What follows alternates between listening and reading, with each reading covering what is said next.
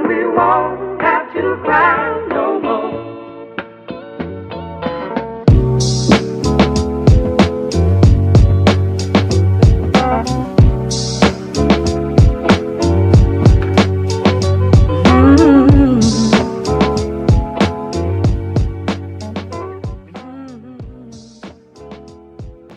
Well, I graduated in 1960. Mr. Springer was our principal over there. And that was during the time of all of the sit-ins down on Main Street and all around the 5 and dime stores. Y'all young folk don't know about the 5 and dime. And they used to have them all up and down Main Street and Beale Street. And we used to walk from Booker Washington all across the field to the peanut shop on Main Street to save our 15-cent bus fare so we could buy some peanuts. And then we'd leave there and go to A. Schwab's on Beale Street. And we could have to go into the back doors and walk up the stairs in the back and drink from the water fountain that says colored. How dare you go to the water fountain that says white? You didn't even think about that. But I was talking about the schools. We had so much in our school system. We had vocational education. And that's what's needed more.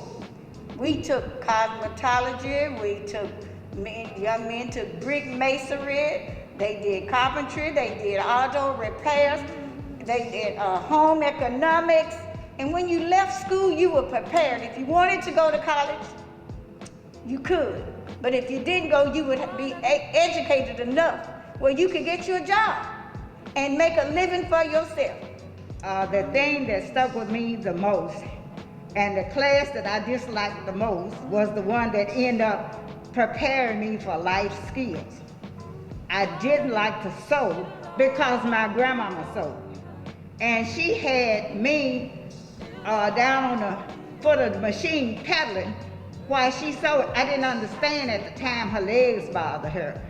But they made sure I took the class anyway. And as a young adult, when I had girls, I went back and found those sewing skills and brought them, and it saved me money, helped me to look good, the whole 9 yards. But at that particular time, I didn't like it, but they didn't care whether you liked it. They gave you what was necessary for you to make it. Hamilton was the only school in that area which we live in.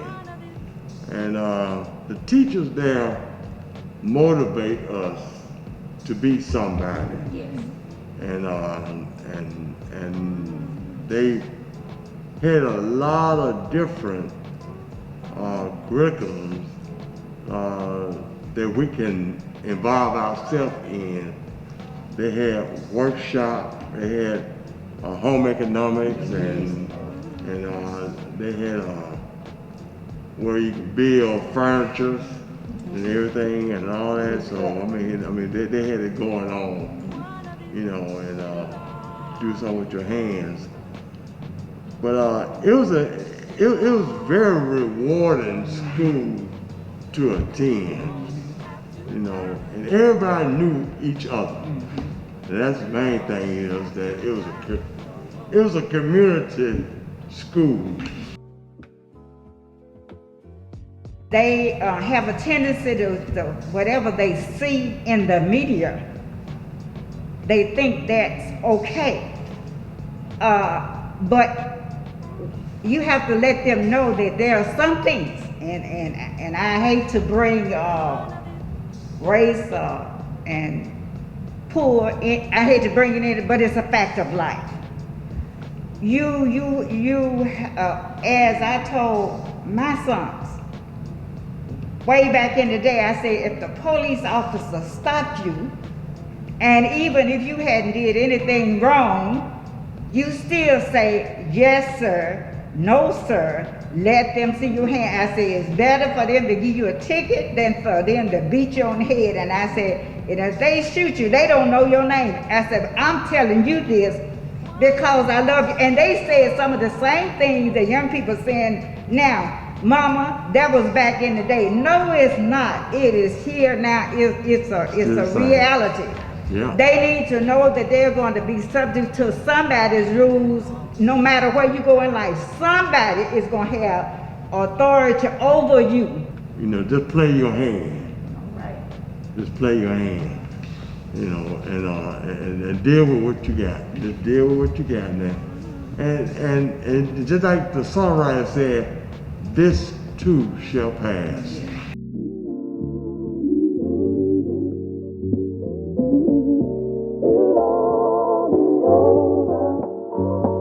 And we won't have to cry no more. And we won't have to cry no more.